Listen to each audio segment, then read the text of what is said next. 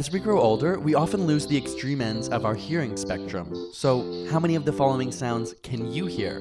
How old are your ears? Okay, if you can hear 8,000 hertz, you're both alive and not hearing impaired. But let's keep raising the frequency.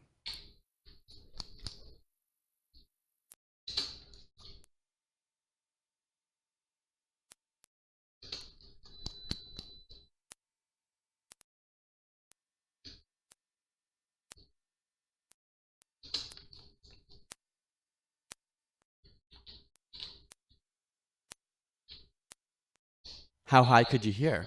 If you could hear all of those frequencies, you're probably under 20 years old, but that won't last forever. Unlike other organs such as the liver or skin, the inner ear does not have the capacity to regenerate. In your ear, there are thousands of tiny nerve cells called hair cells. These are responsible for picking up different frequencies and sending the signal to the brain where it's processed. But as you age, the continual exposure to noise and loud sounds can break, bend, and destroy these cells.